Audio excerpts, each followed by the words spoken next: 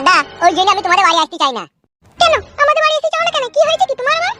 আমি নাকি শুনেছি আই বড়তে শালি যদি পাশে না থাকে শ্বশুর বাড়িতে তা ভালো লাগে না। এখন দেখছি ওরা সেই একই জিনিস ঠিকই বলেছে ওরা। ও তুমি আমার বোনকে লিবা আর আমার সাথে গল্প করবা?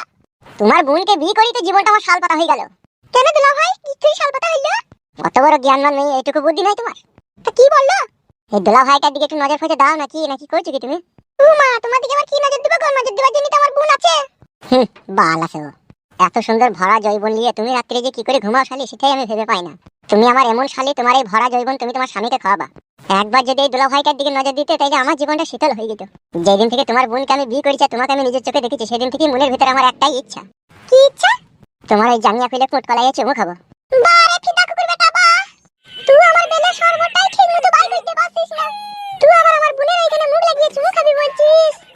বাবা বাবা ইয়ার কি মাছি তোর বোনকে কাদা কুকুর বেটা ইয়ার কি তুই আপনি বলে দিছিস কোট কলাইয়ে মুখ লাগিয়ে চুমু খাবি? সে বলা চুমু খা একই তোরে বাল একই খেয়েছি নাকি এখন আমি চুমু বললাম শুধু, এখন কখন দিবে তা ঠিক নাই।